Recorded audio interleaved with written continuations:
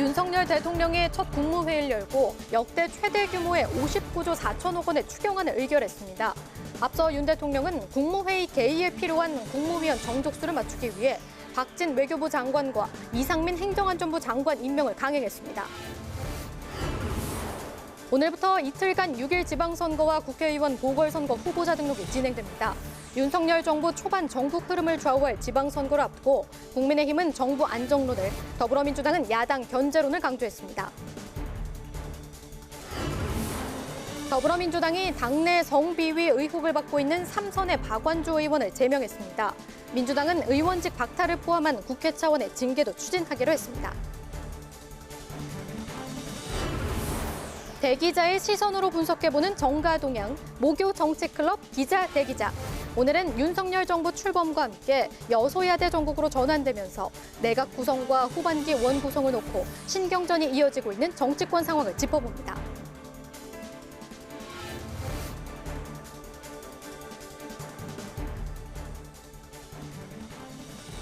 여러분 안녕하십니까? 5월 12일 의정종합뉴스 뉴스엔 시작하겠습니다. 오늘은 권영세 통일부 장관 후보자 인사청문회 중계로 조금 늦게 시작합니다. 윤석열 대통령은 오늘 첫 임시 국무회의를 열고 59조 4천억 원 역대 최대 규모의 추가 경정 예산안을 의결했습니다. 이번 추경안에는 코로나 피해를 입은 소상공인과 자영업자에게 최소 600만 원을 지원하는 내용이 담겼는데 내일 국회에 제출될 예정입니다. 윤석열 대통령은 임시 국무회의를 열기 전 11명이 필요한 개의 정족수를 확보하기 위해 박진 외교부 장관과 이상민 행정안전부 장관 임명을 강행했습니다. 김희연 기자가 보도합니다. 윤석열 정부의 첫 추경안은 역대 최대인 59조 4천억 원 규모. 이 중 23조 원은 지방교부금으로 쓰이고 실제 정부가 소상공인과 자영업자 지원, 방역 보강, 민생 안정에 편성한 추경안 규모는 36조 4천억 원입니다.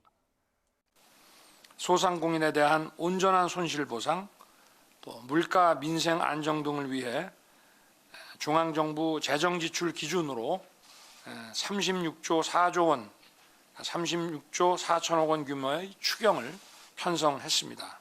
당초 공약한 대로 코로나19로 피해를 본 소상공인과 자영업자 370만 명에게 최소 600만 원을 지급하기로 했습니다. 또 손실보상 보정률이 현행 90에서 100%로 상향되고 하한액도 50에서 100만 원으로 늘어났습니다. 여행과 항공운송, 예식장 등 50개 업종은 상향 지원 업종으로 분류돼 최대 1,000만 원까지 지원합니다. 논란이 예상됐던 재원 마련 부분은 적자국채 발행 없이 지출 구조 조정과 기금 여유 자금, 지난해 초과 세수로 마련했습니다. 정부는 오늘 임시 국무회의에서 의결한 추경안을 내일 국회에 제출할 예정입니다. 국회는 오는 16일 본회의를 열어 윤석열 대통령으로부터 추경안에 대한 시정연설을 듣고 본격적인 심사에 돌입합니다. 더불어민주당은 앞서 인수위가 소상공인과 자영업자 차등 지급을 발표했다가 원래대로 600만 원 지원으로 돌아와 다행이라면서도 지원을 더 늘려야 한다고 주장했습니다. 민주당이 생각하는 이번 추경의 총 규모는 46.9조 원 수준입니다. 세부 내역으로 보면 일단 자영업 소상공인 지원 패키지 예산의 41.9조 원인데요. 소상공인과 자영업자 최소 600만 원 지원 외에도 대출 부담 경감과 특히 손실보상 소급 적용이 이루어져야 한다고 강조했습니다. 이런 가운데 윤 대통령은 임시 국무회의를 열기 전에 박진 외교부 장관과 이상민 행정안전부 장관 임명을 강행했습니다. 출범 당시 임명된 장관은 7명. 국무회의를 열려면 대통령을 포함해 11명의 국무위원이 필요한데 문재인 정부에서 임명된 장관 1명의 참석을 감안해 추가로 2명을 더 임명한 겁니다. 또 21일로 예정된 한미 정상회담과 6일 지방선거 등 시급한 현안과 관련한 부처 장관을 우선 임명한 것으로 보입니다. 장관 임명 강행에 대해 민주당은 민심을 역행하고 협치를 저버린 불통 인사라고 비판했습니다. 이수진 원내대변인은 이창양 산업통상자원부 장관 후보자와 이영 중소벤처기업부 장관 후보자 청문 보고서를 채택했는데도 보고서 채택이 이루어지지 않은 장관 후보자 임명을 강행한 건 독불 장군이 되겠다는 선언이라고 주장했습니다. 국회 방송 김희연입니다. 권영세 통일부 장관 후보자에 대한 인사청문회가 오늘 국회에서 열렸습니다. 주로 윤석열 정부의 대북 정책에 대한 질의가 이어졌는데요. 권영세 후보자는 대북 정책은 이어달리기라고 표현하며 문재인 정부의 대북 정책을 모두 뒤집는 것은 부적절하다는 입장을 밝혔습니다. 보도에 임채원 기자입니다. 권영세 통일부 장관 후보자 인사청문회에서는 윤석열 정부의 대북 정책에 대한 질의가 집중됐습니다. 국민의힘은 문재인 정부의 대북 저자세를 비판하며 전면적인 정책 수정을 촉구했고, 더불어민주당은 윤석열 대통령의 후보 시절 대북 강경 발언을 언급하며 안보 불안을 우려했습니다. 우리 권영세 후보는 장관이 되시면 이런 이 대북 정책의 방향이 전면적으로 수정이 돼야 되고 좀 더 당당하게 원칙을 가지고 대응해야 된다고 생각을 합니다. 힘을 통한 평화 구축이든지 아까 우리 후보자께서 얘기하신 이 제재의 이야기건 그런 게 이제 제가 보는 일맥상통한 것으로 보여지는데 오락가락하고 있는 거 아니냐 하는 또는 너무 적대적으로 보고 있지 않냐라는 우려를 말씀드린 거고요. 권영세 후보자는 문재인 정부의 장점은 받아들이면서 미흡한 점은 보완하겠다며 대북 정책은 이어달리기가 돼야 한다고 강조했습니다. 특히 문재인 정부의 4.27 판문점 선언과 9.19 평양 공동선언에 대해 긍정적으로 평가한다며 새 정부에서도 유효하다는 입장을 밝혔습니다. 문재인 정부의 평화 프로세스하고 박근혜 정부의 신뢰 프로세스를 좀 합치면 제일 좋겠습니다. 왜냐하면 이게 신뢰가 있어야지 평화가 이루어지는 거거든요. 예. 권 후보자 형제들이 홍콩에 세운 TMPI HK 법인을 둘러싼 각종 의혹도 도마에 올랐습니다. 형제들이 후보자의 주중대사 직위를 이용해 투자 유치를 했다는 의혹과 TMPI HK 주식 매각 과정의 세금 탈루 의혹 등이 쟁점이 됐는데 권 후보자는 관련 의혹을 모두 부인했습니다. TMPI HK와 관련해서 후보자는 직접적으로 한 건 없다고 말씀하시는데 다 간접적으로 뭐가 연결이 돼 있어요. 처남도 투자하고 절친도 투자하고 후보자도 투자하고 후보자의 따님도 투자를 했어요. 근데 제 딸들이야 뭐 당연히 제가 같이 투자를 했죠. 대한방직이 투자한 거하고 주중대사하고는 아무 상관이 없는 시점에 투자 결정이 일어난 것이네요. 그죠? 예. 권 후보자는 북한의 코로나19 확진자 발생과 관련해 백신 등 인도적 지원을 위한 예산이 편성돼 있다며 협력 방안을 적극 검토하겠다고 밝혔습니다. 북한 김정은 국무위원장에게 대북 특사를 파견하는 방안은 남북 관계 상황을 보고 외교안보팀과 협의해 긍정적으로 검토하겠다고 밝혔습니다. 국회방송 임천입니다. 6월 지방선거 후보자 등록이 오늘부터 이틀간 실시됩니다. 여야 공수가 바뀐 상황에서 국민의힘은 선거 승리를 통해 새로 출범한 윤석열 정부의 안정적 국정 운영을 뒷받침하겠다는 각오인데요. 반면 민주당은 정부 견제론 부각에 나섰습니다. 선거 승리를 위한 여야 주도권 싸움이 본격 시작됐습니다. 홍혜진 기자가 보도합니다. 6일 지방선거가 후보자 등록과 함께 막이 올랐습니다. 최대 격전지로 꼽히는 서울과 경기 지역 선거에 대한 관심이 높은데 서울의 경우 현역인 국민의힘의 오세훈 시장은 오늘 직접 후보 등록을 했고 이에 맞서는 민주당 송영길 후보는 대리 등록을 완료했습니다.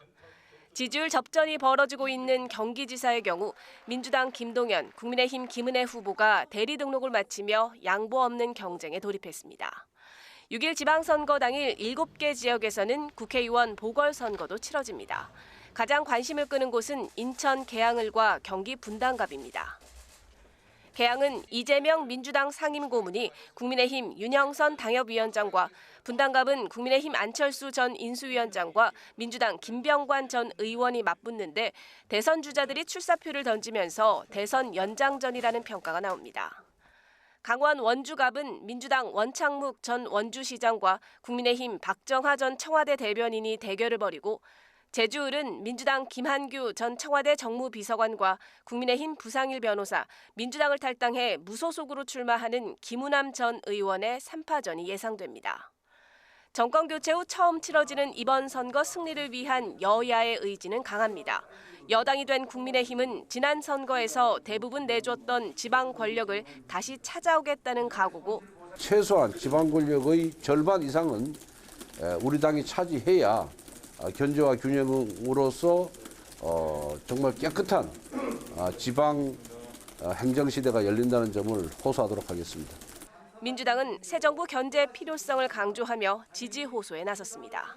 이번 지방선거는 이 중앙정부가 앞으로 5년 동안 제대로 못할 일, 이런 일을 이제 지방정부가 해야 되지 않겠습니까?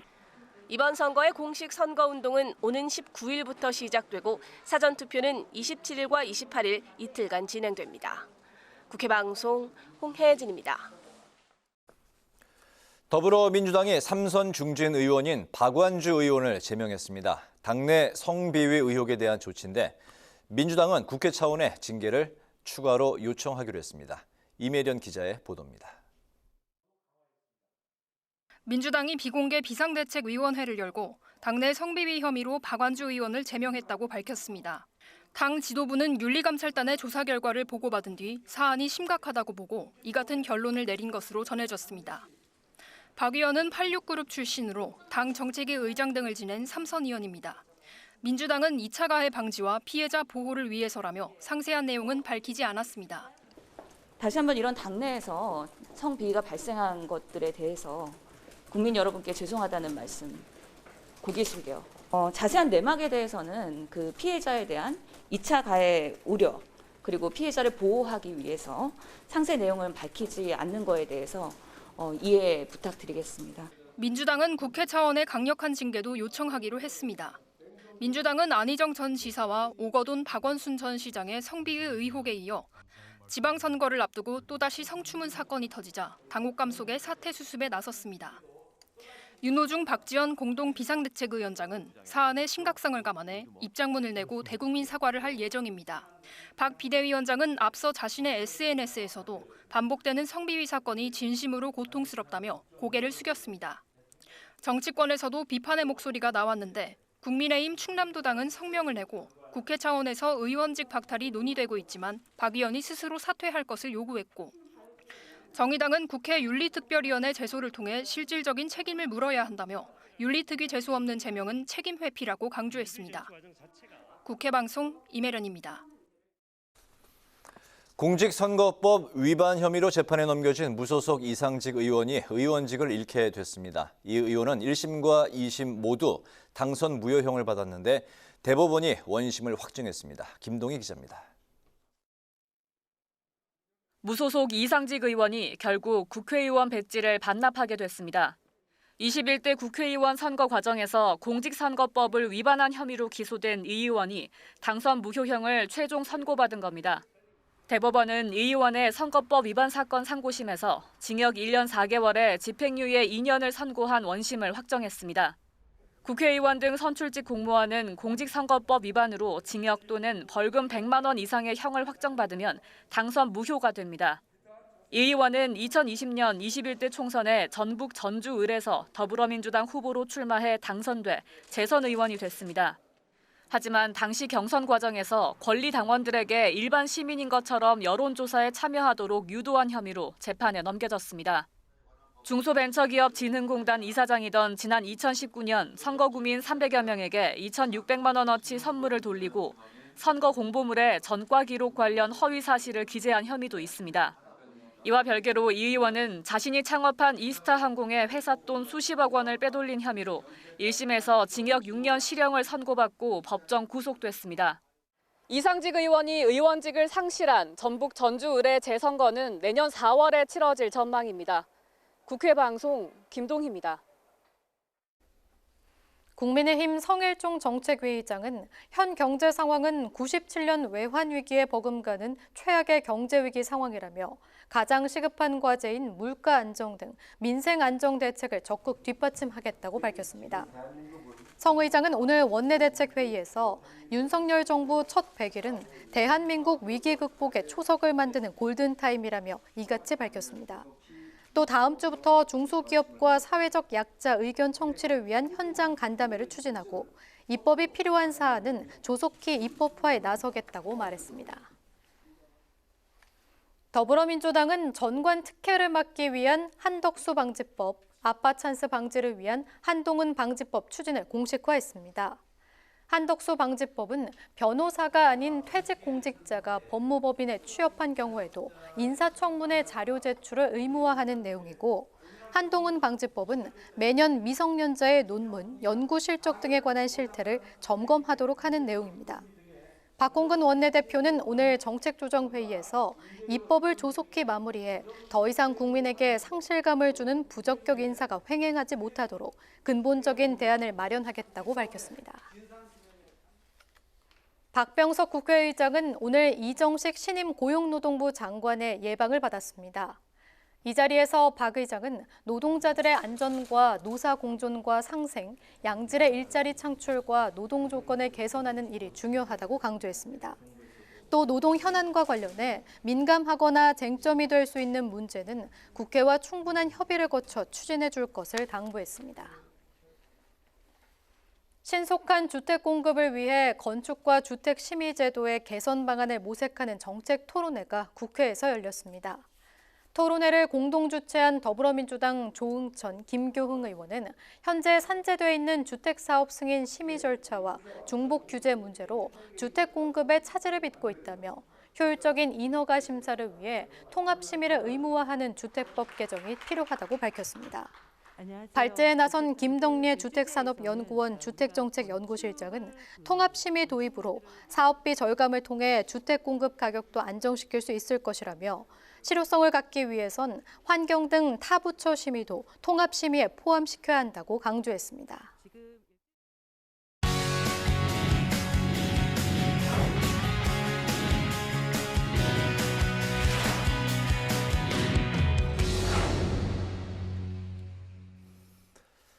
네, 오늘 이슈 분석 장정현 기자와 함께합니다. 장 기자, 어서 오십시오. 안녕하세요. 네. 6일 지방선거가 이제 20일 앞으로 다가왔는데 대선 이후 또다시 본격적인 이제 선거 전국에 이제 들어가게 됐습니다. 이번 그 선거 변수들 가운데 첫 번째로 꼽히는 게 바로 그 한덕수 총리 후보자 국회 인준 문제인 것 같아요. 네, 그렇습니다. 이 새 정부가 들어섰지만 지방선거가 코앞에 닥치면서 이번 선거도 결국 정권 안정론과 정권 견제론 싸움이 될 것 같은데요. 네. 새 정부 출범 초기 일명 이 허니문 기간도 없이 새 정부와 여당이 야당과 이 팽팽한 공방을 벌이고 있는 상황입니다. 바로 내각 인선 문제인데요. 특히 한덕수 총리 인준안, 윤석열 대통령이 이 총리는 한덕수뿐이다라는 입장을 밝히고 있고 잇따라 장관 임명을 강행하면서 기싸움이 팽팽합니다. 여기에다 국민의힘이 오늘 박병석 국회의장에게 총리 인준안을 직권 상정해달라고 요청하면서 민주당을 압박하고 나섰는데요. 민주당은 한덕수 후보자에 대해 내부적으로 부적격 판정을 내린 상황입니다. 여기에다 한동훈 법무부 장관 후보자와 이 정호영 복지부 장관 후보자도 낙마 대상인데요. 국민의힘 내에서는 한덕수 후보자 인준이 부결되면 이번 지방선거에서 민주당의 역풍이 불 거라고 보고 있습니다. 거대 야당이 새 정부 출범에 협조하지 않고 발목을 잡는다면 국민들이 표로 응징하지 않겠느냐는 건데요. 하지만 정치권 일각에서는 한덕수 후보자가 이 한동훈 후보자 등 장관 임명과 무관하게 인준될 수 있다는 기대감도 나오고 있습니다. 총리 인준 표결은 무기명으로 진행되기 때문에 부적격 당론이 정해져도 이 반란표를 예상해 볼 수 있다는 전망입니다. 민주당 입장에서도 이 한덕수 후보자 인준이 오롯이 민주당 손에 달려있기 때문에 지방선거에 어떤 영향을 미칠지 셈법에 고심 중인 상황입니다. 그렇군요. 지방선거를 앞두고 민주당 입장에서 이제 대형 악재가 이제 터졌는데 바로 이제 성비위 혐의로 삼선의 박완주 의원이 이제 제명이 됐습니다. 당 차원에서 이미 여러 차례 이제 권력형 성범죄 문제가 터져 나왔었기 때문에 굉장히 이제 곤혹스러운 상황일 텐데 그렇기 때문에 더욱더 이제 제명이라는 강수를 이제 선제적으로 둔 것 같아요. 네, 중진 의원이자 민주당 정책위의장을 지냈던 박완주 의원의 제명 소식은 그야말로 깜짝 뉴스였습니다. 네. 특히 제명 이유가 당내 성비위 사건, 민주당으로서는 뼈아픈 내용인데요. 지난해 4월 치러진 이 서울 부산시장 보궐선거, 고 박원순, 오거돈 전직 시장들의 이 권력형 성범죄가 민주당 패배 원인이었고요. 앞서서는 유력 대선 잠룡으로 꼽혀오던 안희정 전 충남지사가 비서의 성폭행 미투로 실형을 살면서 사실상 정치적 사망 선고를 받는 등 민주당 내 성추문 악몽은 오늘 박완주 의원까지 터지면서 계속되고 있는 상황이 됐습니다. 민주당은 제명 사유에 대해서는 2차 가해 등이 우려돼 구체적으로 밝히지는 않고 있는데요. 이미 지난해 말 보좌진에 대한 성추행 신고가 접수돼 최근까지 당 차원에서 보안을 유지하면서 조용히 조사했던 것으로 알려졌습니다. 네. 민주당에서는 이제 박완주 의원이 삼선에 이제 당내 중량감 있는 인사라는 점에서 더 단호하게 대처한 것 같아요. 그렇습니다. 이 86 운동권 출신의 박 의원은 충남 천안을에서만 내리 3선을 했고 송영길 대표 체제에서는 이 정책위의장을 지냈습니다. 이번 대선에서는 정책본부장을 역임하는 등 당 안팎에서 활발한 활동을 이어갔는데요. 민주당은 제명이라는 당내 조치뿐 아니라 의원직 제명을 포함한 국회 차원의 징계도 추진할 계획입니다. 민주당은 현재 당 대표격인 비대위원장에 윤호중, 박지현 두 인사를 앞세우고 있는데요. 이 중 박지현 비대위원장은 N번방 사건을 밝혀낸 추적단 불꽃 출신입니다. 민주당이 대선 패배 직후 불법과 불의에 저항하는 용기 있는 이미지의 이 박지현 비대위원장을 파격적으로 발탁했는데 그 이후에 당에서 연달아 이 성추문 관련 사건이 불거지면서 이 곤혹스러운 상황을 맞았습니다. 약 2주 전에는 최강욱 의원이 화상회의 도중에 이 성적 행위를 연상하는 표현을 사용해서 논란을 빚었고요. 김원희 의원의 경우에는 김 의원의 지역 보좌관이 여직원을 성폭행한 사건이 있었는데 2차 가해가 발생했다는 의혹이 불거졌습니다. 민주당은 이 두 사건에 대해 윤리심판원 조사를 요청했는데요. 오늘 박완주 의원도 제명되면서 지방선거를 앞두고 성범죄 문제에서 이 당이 자유로울 수 없는 상황이 됐습니다. 민주당 박 의원 사건을 철저한 보안 아래 조사해 오다가 전격적으로 제명 조치한 건 아무래도 박원순 오거돈 때의 과오를 재현하지 않겠다는 의지로 풀이되는데요. 이번 지방선거 쉽지 않다는 판단 아래 이재명 상임 고문까지 선거판에 차출했는데 악재로 작용하는지 상황을 면밀히 지켜보면서 강력한 조치를 이어갈 것으로 보입니다. 네. 이번 지방선거는 이제 대선하고는 다르게 일정한 자격이 있는 외국인들에게 이제 투표권이 이제 주어지는데요. 이 외국인 표심이 정치권에 어떻게 이제 유불리로 작용을 할지 한번 짚어볼까요? 네, 지방선거에 대한 외국인 참전권, 투표권은 도입된 지 17년이 됐습니다. 네. 2005년 국회법을 개정하면서 총선이나 대선과는 달리 지방선거 때부터 영주 자격을 취득한 지 3년이 지난 외국인에게 이 선거권을 부여하도록 한 건데요. 따라서 이번 지방선거에서 12만 6천여 명에 달하는 외국인에게 투표권이 주어질 것으로 보입니다. 이 가운데 10만 명 정도가 이 중국 동포를 포함한 중국인들인데요. 외국인 유권자는 계속해서 늘고 있는 추세로 이 외국인 거주 비율이 높은 경기도 안산시가 대표적입니다. 중국인과 중국 동포가 전국에서 가장 많은 5만 8천여 명에 달하는데 이 때문에 이번 안산시장 선거에 귀화한 중국 동포가 무소속으로 출마하기도 했습니다. 그렇다면 이 외국인 표심 정치권 어느 쪽에 득일지 살펴봐야 할 텐데요. 앞선 대선에서는 한국에 거주하는 중국 동포 등이 모인 한 다문화 단체가 민주당 이재명 후보를 공개 지지했고요. 민주당에서도 그동안 다문화 정책을 강조해왔던 만큼 외국인 표심에는 민주당이 조금 더 유리하지 않느냐 하는 해석이 많습니다. 이 외국인 유권자들이 늘어난 게 내심 불편한 쪽이 국민의힘이라는 건 이번 경기지사에 도전하는 김은혜 후보의 발언에서도 엿볼 수 있는데요. 김은혜 후보가 최근 외국인의 지방선거 투표권 부여가 상호주의 측면에서 문제가 있다고 지적했습니다. 이 도지사 공약은 아니라고 선을 그었지만 우리나라 국민은 중국에 가서 부동산을 취득하고 영주권을 가진다고 하더라도 이 중국 선거에서는 투표권을 행사하지 못하는데 우리만 투표권을 주는 게 불공정하다고 말했습니다. 네. 이번 지방선거 윤석열 정부가 출범한 뒤에 이 곧바로 치러진다는 점에서 집권 초반 이 전국의 향배를 좌우할 것으로 전망되는데요. 선거 변수로 이렇게 여러 가지가 꼽히고 있는데 이 유권자가 전 국민인 상황에서 선거 이슈 잘 살펴봐야 될 것 같습니다. 네, 알겠습니다. 오늘 이슈 분석 여기까지 듣겠습니다. 장정현 기자 수고했습니다.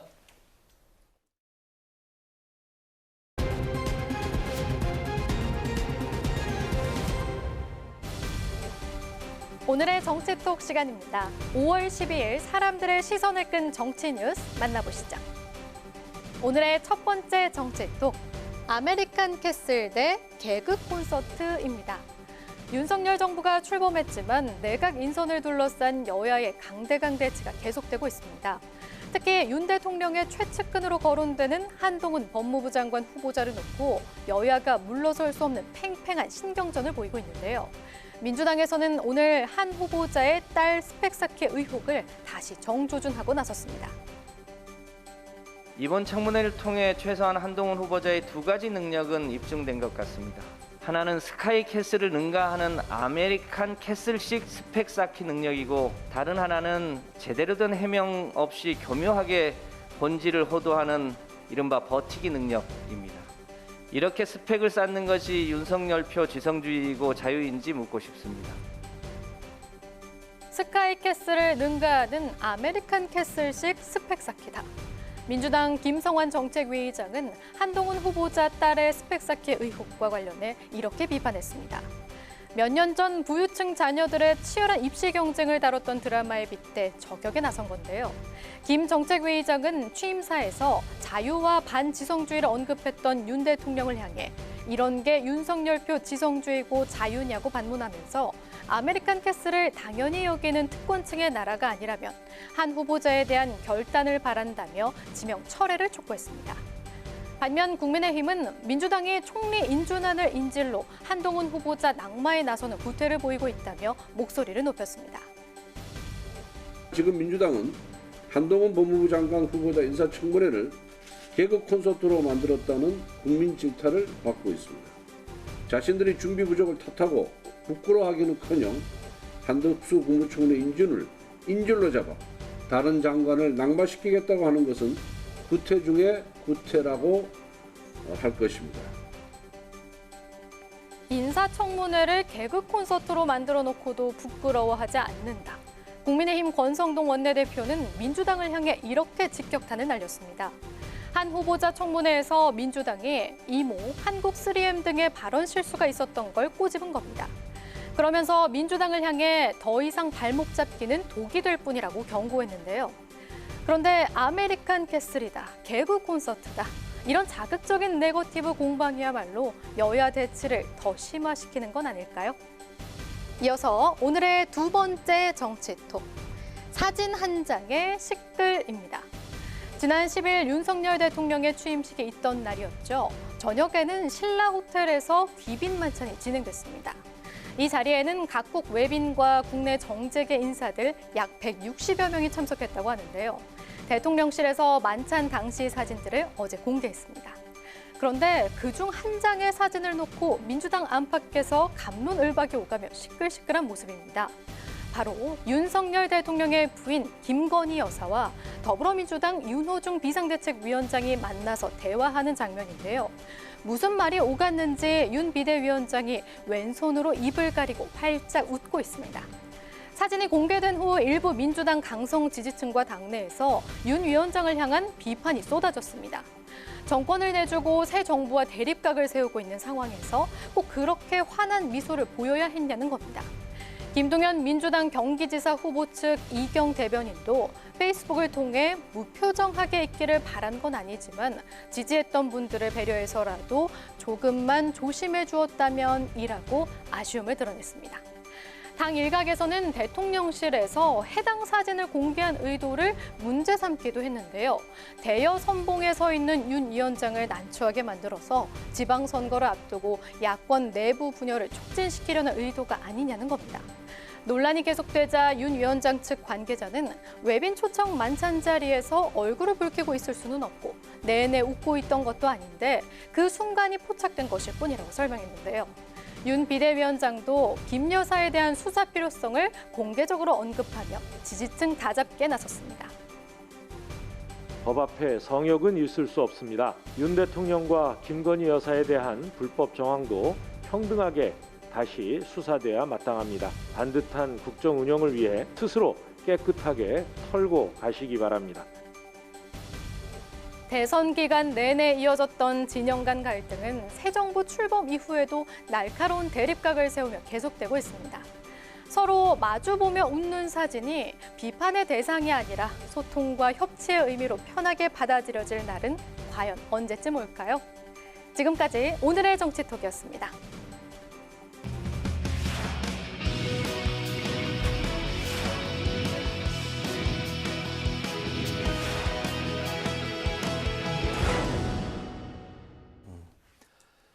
네, 정치권 동향을 대기자의 시선으로 짚어보는 목요 정치클럽 기자 대기자 시간입니다. 오늘도 최병묵 전 TV조선 해설위원, 박찬수 한겨레신문 대기자 두 분과 함께하겠습니다. 어서 오십시오. 반갑습니다. 어서 오세요. 안녕하세요. 네. 윤석열 정부가 이제 출범을 했는데요. 네, 첫 번째 이야기 들어볼까요? 그럼 바로 본격적인 내용으로 들어가 보도록 하겠습니다. 오늘은 최 의원님께서 발제를 해오셨다고요? 네, 지금 말씀하셨듯이 윤석열 정부가 5월 10일 출범을 했는데 지금 뭐 국무회의 구성 겨우 오늘 이제 그 11명을 채워서 됐습니다. 네. 이걸 비롯해서 자 앞으로 여소야대 정국과 관련해서 워낙 그 민주당의 의석이 다수 의석이기 때문에 행정부와 국회가 충돌하는 일이 굉장히 많을 것이다. 그래서 가시밭길 예고 이런 제목으로 한번 얘기를 나눠보겠습니다. 네, 가시밭길 예고. 지금 이제 말씀하셨던 대로 이제 대통령 취임식과 함께 윤석열 정부가 이제 출범을 했는데요. 향후 이제 앞으로 5년의 국정 운영 밑그림이 담긴 윤 대통령의 취임사 한번 이야기를 해볼까 합니다. 자유로 시작해서 자유로 끝났다. 35번 이제 언급을 했다고 하는데요. 국민의힘 이재호 이제 상임 고분이 좀 논문 같았다 이런 이제 평가를 했고 전체적으로 좀 추상적인 이론만 담겨 있고 구체적인 실천 과제가 부족했다 이런 이제 평가가 나오고 있는데요. 대기자 두 분의 평가는 어떤지 들어볼까요? 예. 뭐 윤 대통령이 왜 통합이 빠졌느냐라는 기자 질문에 대해서 너무 당연한 얘기를 해서 뺐다라고 말씀하셨는데 제가 볼 때는 윤석열 대통령 취임사도 너무 당연한 얘기만 해서 사실은 새로운 게 없다. 제가 그날 그러니까 윤 대통령 취임식 날 이제 점심 먹으러 가는데 엘리베이터에서 정치부 후배 기자를 만났어요. 후배 기자가 그러더라고요. 첫 마디가 너무 당연한 말만 있어서 제목 뽑을 게 없어요. 그게 아마 모든 기자들의 똑같은 심정이었을 겁니다. 좋은 말들은 많지만 실제로 집권 초기에 집권 100일이 굉장히 중요한데 그때 내가 무엇을 하겠다라는 실천적인 의지와 국민에게 뚜렷한 메시지를 주는 내용은 없었다라는 점에서 굉장히 좀 실망스럽다라고 저는 이렇게 평가를 했습니다. 네, 최 기자님 평가. 네, 저 자유라는 부분을 찾아보니까요. 그 백범 김구 선생의 그 나의 소원이라는 거 다 네. 아마 기억하실 겁니다. 거기에 보면 백범 김구 선생이 딱 이렇게 얘기했어요. 나의 정치 이념은 한마디로 자유입니다. 그래서 자유를 쭉 설명한 내용이 있는데 네. 그 내용하고 상당히 유사해요. 그런 거 봐서는 아마 그런 자유라는 가치 이런 부분에 이제 윤석열 대통령이 상당히 그 치중하고 있는 것 아닌가 하는 느낌을 가져가면서 저도 구체성이 없다는 데는 동의를 합니다. 그러나 구체적으로 뭘 하나하나 약속을 했을 경우하고 네. 지금처럼 가치 중심의 어떤 선언적 의미를 취임사에 담고 있는 것하고 뭐 꼭 어느 한쪽을 저는 폄하할 수는 없다고 보거든요. 네. 그러니까 자꾸 윤석열 대통령이 과거에 헌법 가치를 굉장히 중요시합니다. 그러다 보면 이제 헌법 정신, 헌법 가치에 있는 뭐 자유, 뭐 이런 것들이 굉장히 중요하다라는 거는 저는 뭐 이 자유라는 또 단어가 가지고 있는 의미가 문재인 정부하고는 좀 또 다르다라는 의미도 상당히 가지고 있는 것 같아요. 네. 그래서 아마 그런 점을 여러 가지를 섞어서 했는데 뭐 구체성이 떨어진다 뭐 이런 부분에 대해서는 저도 동의를 합니다. 네. 윤 대통령이 이제 자유를 강조하고 해서 그런지 이제 업무 스타일을 보면 회의나 복장, 발언 모두 이제 좀 자유스러운 분위기를 이제 추구한다. 아직까지는 이제 그런 분위기가 읽히는 것 같습니다. 언론과의 소통은 앞으로 이제 어떻게 두 분은 전망을 하시는지 현재 분위기는 또 어떤지 먼저 들어볼까요? 그렇죠. 아니 이게 이제 프리스타일 이렇게 그 윤 대통령이 얘기를 했더군요. 뭐 그것도 결국 자유로운 어떤 복장, 뭐 자유로운 언행, 뭐 이런 걸 얘기하지 않겠습니까? 네. 그리고 이제 그 어제하고 오늘 이렇게 출근을 해가면서 뭐 기자들이 그 출근 장면을 보고, 그다음에 또 기자들이 질문을 하면 뭐 한두 마디 정도는 답변을 하고, 뭐 이런 부분은 이제 그게 뭐 백악관 스타일이다 또는 일본 총리 스타일이다 뭐 이런 여러 가지 평가가 있는데 글쎄 저게 얼마나 지속될지는 잘 모르겠습니다. 이제 기자들 입장에서 보면 굉장히 좋은 소통 방식이긴 하거든요. 근데 문제는 저러다가 이제 또 무슨 약간의 문제가 생길 수도 있어요. 이제 기자들과의 문답 과정에서 그렇게 되면 또 저 소통 창구가 금방 닫히는 것 아니냐 이런 우려도 있을 수는 있거든요. 그래서 저거는 아마 지속 가능성 이게 대단히 중요하다고 보고요. 그러기 위해서는 윤 대통령 본인도 계속 소통 의지를 유지하는 것이 중요하고 기자들도 거기에서 이제 지켜야 될 여러 가지의 그 뭐 매너나 에티켓 같은 것이 있거든요. 네. 그런 부분을 지켜가면 의외로 한국 정치사에서 보지 못한 장면들을 계속해서 볼 수가 있는 것 아니냐 그런 기대는 갖고 있습니다. 보수 쪽이니까 이제 보수 언론과의 소통은 원활하지 않겠냐 이런 전망이 나오는데 진보 쪽에서는 한겨레 신문, 네, 그 어떻게 전망하세요? 뭐 일단 윤석열 대통령이 그 대선 기간 중에 한겨레 신문하고 한 번도 인터뷰를 한 적이 없습니다. 그 얘기만 보면은 그 소통이라는 것이 굉장히 그 편향적인 소통의 가능성이 있다라는 생각이 들고요. 뭐 그건 이제 다른 얘기입니다. 네. 그리고 프리스타일 지금 얘기하셨는데 일단 윤 대통령이 상당히 그 형식이라든가 스타일에 그 구애받지 않고서 열려 있는 그런 스타일인 건 맞고 그건 상당히 장점이죠. 장점인데 지금 기자들과의 접촉면이 넓어진 것처럼 보이는 건 서초동 집에서 이제 출퇴근을 하기 때문에 서초동 집을 나오면서 기자들을 자연히 만날 수밖에 없는 거거든요. 네. 그런 상황에서 이제 자연스러운 문답들이 오고 가는 것인데 그럼 과연 이것이 그 민주적 리더십을 보여주는 하나의 상징적인 예냐? 꼭 그렇지는 않다고 봅니다. 그러니까 가령 그 우리 이제 남자분들은 군대 다 많이 갔다 왔습니다만 군대에서 보면 사단장이 사병 식당에서 가끔 식사하거든요. 사병 식당에서 사병들과 밥 많이 먹는다고 그러고 그 사람이 과연 열린 지휘관이냐? 꼭 그렇지는 않거든요. 그러니까 윤 대통령은 청와대 집무실 이전이라든가 한동훈 법무장관 임명 같은 데서는 그 참모들의 그런 반대도 전혀 귀 기울이지 않고 강행했단 말입니다. 그런 데서 보면은 굉장히 그 자기 고집이 세고 어떻게 보면 독선적인 그런 측면들이 있는데 이런 점들이 실제로 앞으로 정책 추진해서 참모들의 의견을 많이 수렴하는 쪽으로 바뀔 수 있을지는 좀 두고 봐야 될 것 같고요.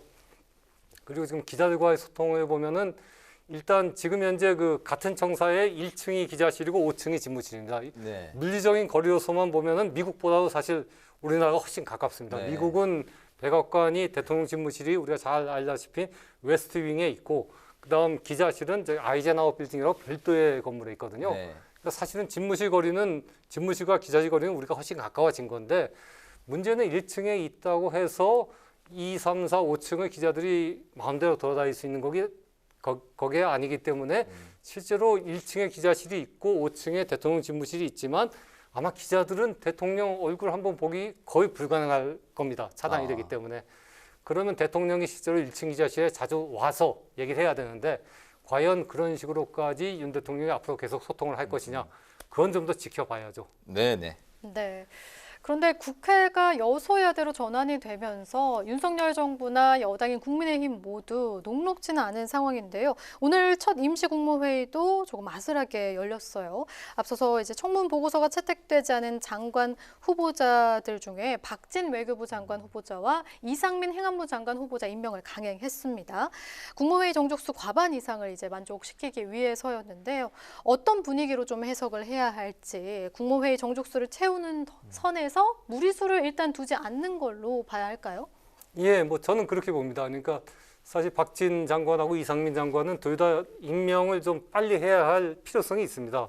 박진 장관, 외교부 장관은 당장 그 한미 정상회담이 곧 잡혀 있고요. 네. 이상민 장관은 행정안전부 장관으로서 지방선거를 관리해야 되거든요. 네. 그러니까 두 장관을 임명하는 데 대해서는 사실은 민주당도 뭐라고 할 수가 없고 그 점에서는 최소한의 필요한 장관만 임명을 강행했다. 그거는 어쨌든 지금 총리 인준이 핫한 이슈가 되고 있는 상황에서 민주당을 자극하지 않으려는 정치적인 고려라고 보고요.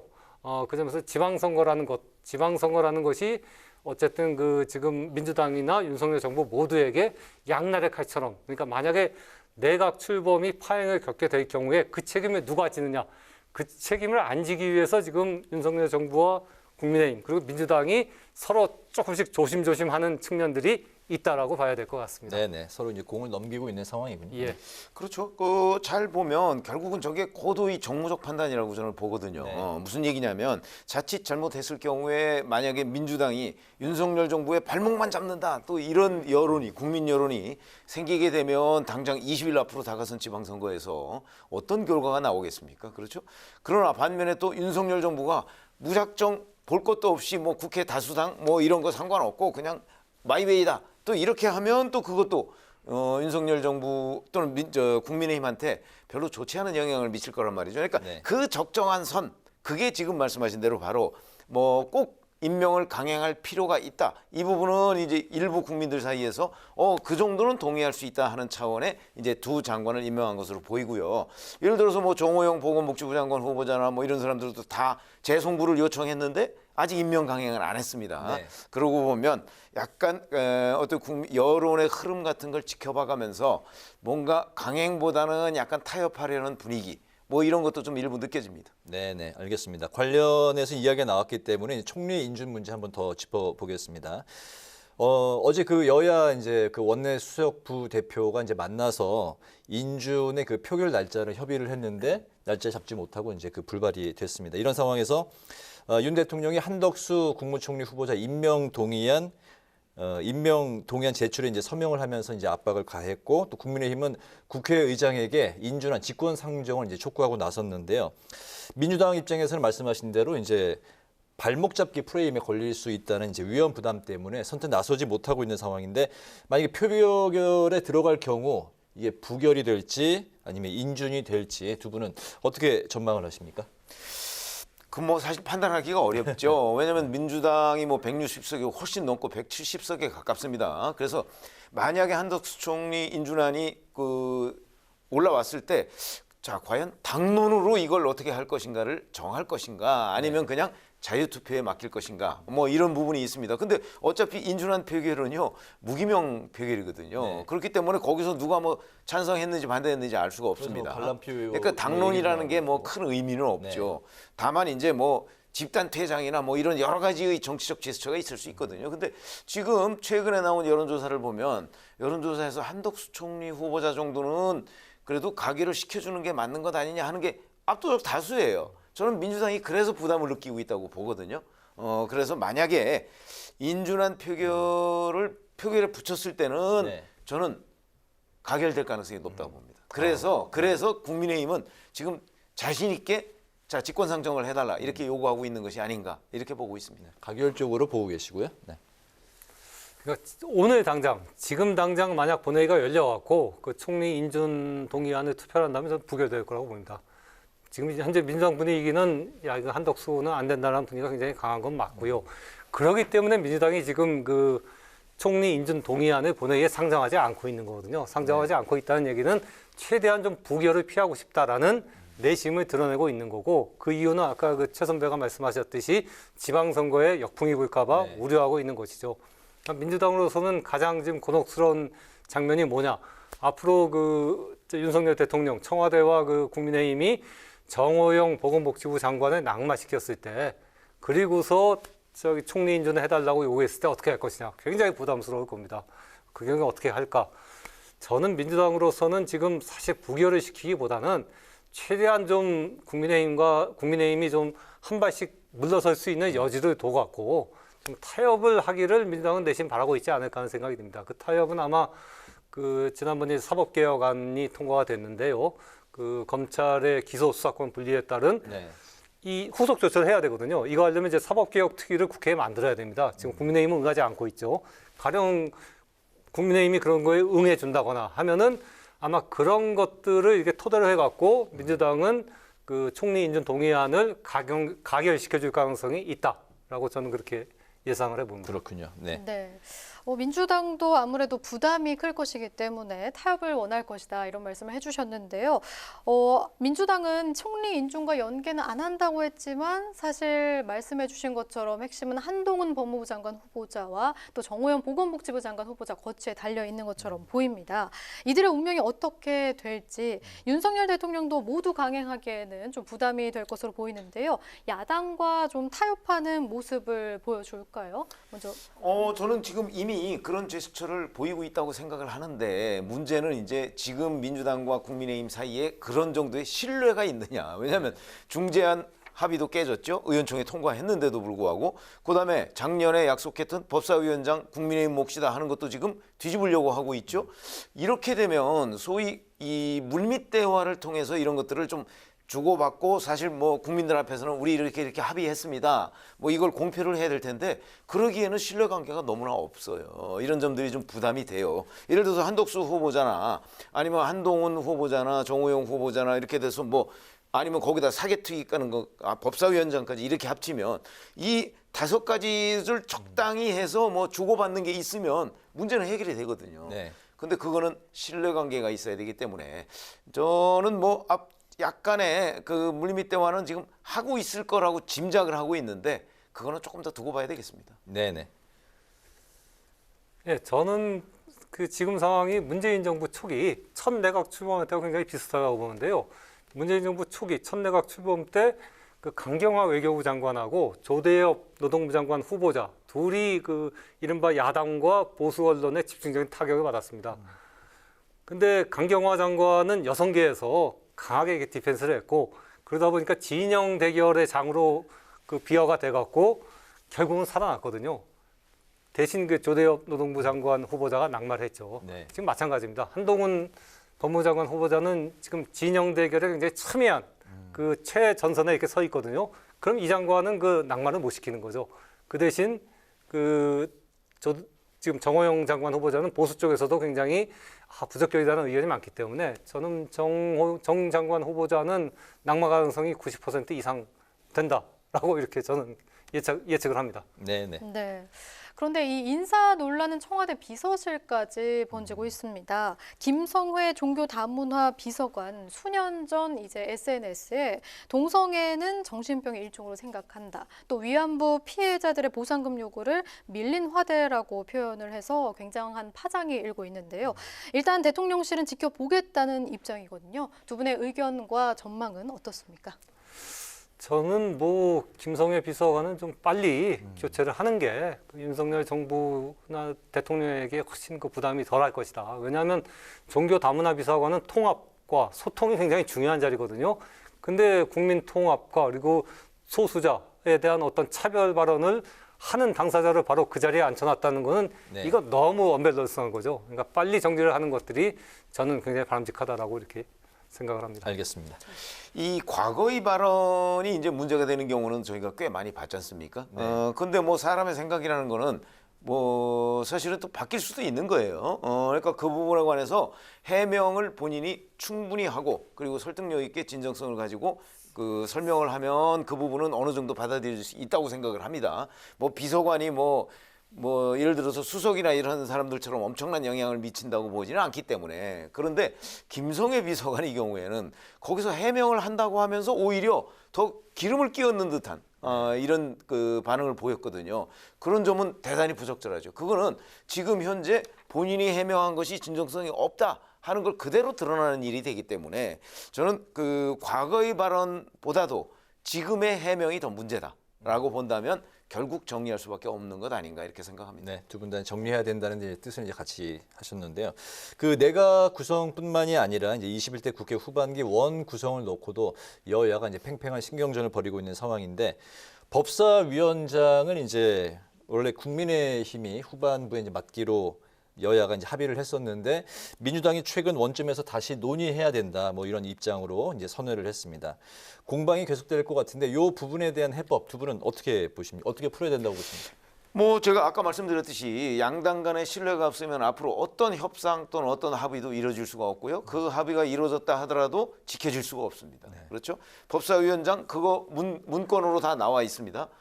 그런 상황이라면 적어도 그리고 사실은 그 2000년대 중반부터 법사위원장은 야당의 몫이다 뭐 이런 게 관행처럼 돼 왔는데 그걸 깼던 것이 바로 민주당이거든요, 지난번.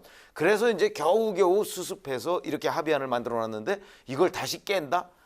글쎄요, 그렇게 되면 아무리 민주당이 국회에서는 다수지만 앞으로 그 뭐 협치라고 이렇게 거창하게 얘기를 안 하더라도 과연 국민의힘과 여당인 국민의힘과 제대로 된 협의를 해나갈 수가 있을까라는 관점에서 본다면 이런 합의는 지키지 않으면 네. 앞으로 아마 두고두고 양당 간의 그 어떤 협상이라는 건 제대로 이루어지지 않을 것이다 이렇게 생각합니다. 국회법상에 이제 후반기에는 그 후반기에 원내대표끼리 협상을 한다 이렇게 돼 있나요? 아닙니다. 그건 국민의힘 몫으로 돼 있습니다. 네. 아니 국회 법은 아니고요. 법은 아니죠. 법은 그거 법에는 그런 게 없고요. 네. 합의가 그렇게 돼 있다는 거죠. 알겠습니다. 네. 그러니까 법상으로 보면 뭐 다수당이 가져갈 수가 있죠. 근데 어쨌든 여야가 합의해 갖고서 법사위원장은 국회 하반기에는 야당한테 준다라고 약속을 했던 거거든요. 그럼 그 약속은 지켜지는 게 맞죠. 저거는 뭐 민주당이 사실은 뭐 이제 와갖고 뭐 정권 교체가 됐으니까 안 된다라고 얘기하는 건 저는 뭐 특별히 설득력은 없다고 보고요. 네. 저거는 뭐 약속을 지키는 게 국회 운영을 위해서 그건 여야는 언제든지 바뀔 수가 있는 거니까요. 앞으로도 네. 약속을 지키는 게 맞다라고 생각을 합니다. 후반기 법사위원장은 국민의힘 몫으로 예, 가야 왜냐하면 된다고 국민의힘한테 굉장히 중요한 게 네. 사실 소수당 입장에서는 다수당이 이제 입법을 강행하려고 할 때 그 법사위원장을 가지지 않으면 사실은 그 입법을 막을 수 있는 그 제도적인 수단이 없거든요. 그렇기 때문에 국민의힘은 국민의힘 입장에서는 저거를 그 양보하기는 굉장히 어려울 것 같고 저것 때문에 국회가 파행되거나 하는 것들은 바람직하지가 않죠. 알겠습니다. 네, 두 분 모두 기존의 합의를 지켜야 한다라는 의견을 주셨는데요. 마지막으로 두 분의 한 줄 논평 한마디씩 듣고 마무리하도록 하겠습니다. 예, 윤 대통령께서 그 통합이라는 말이 너무 당연해서 뺐다고 했는데 그럼 35번이나 들어간 자유라는 얘기는 과연 예외적인 말이냐? 굉장히 어떤 민주주의의 핵심 가치가 자유인데 그 자유가 특이하고 예외적인 것이냐? 그래서 저는 오늘 한 줄 논평을 통합 당연해서 뺐다. 그러면 자유는 으로 정했습니다. 네. 뭐 잘 아시다시피 지금 그 민주당과 국민의힘이 이제 곳곳에서 부딪히고 있습니다. 그거는 이제 입법 권력을 민주당이 가지고 있기 때문이죠. 자, 그렇다면 이런 것들이 사실은 정치인데 그러면 누가 승자가 될 것인가 하는 걸 제가 한 줄 논평으로 말씀을 드렸는데 결국은 국민 눈높이를 맞추는 쪽이 승자. 이걸 한 줄 논평으로 하겠습니다. 네, 알겠습니다. 이제 그 목요 정치클럽 기자 대기자 이제 맞춰야 되겠는데 오늘은 내각 구성과 후반기 원 구성을 놓고 신경전이 이어지고 있는 정치권 상황을 분석해 봤습니다. 지금까지 최병묵 전 TV조선 해설위원, 박찬수 한겨레 신문 대기자 두 분과 함께했습니다. 오늘도 말씀 잘 들었습니다. 고맙습니다. 고맙습니다. 내일은 전국이 대체로 흐린 가운데 예년 기온을 웃도는 낮더위가 이어지겠습니다. 강원 남부와 충청 북부, 영남 지역을 중심으로 가끔 비가 내리겠는데요. 비의 양은 5mm 안팎으로 적겠습니다. 네, 오늘 뉴스에는 여기서 마치겠습니다. 시청해주신 여러분 고맙습니다.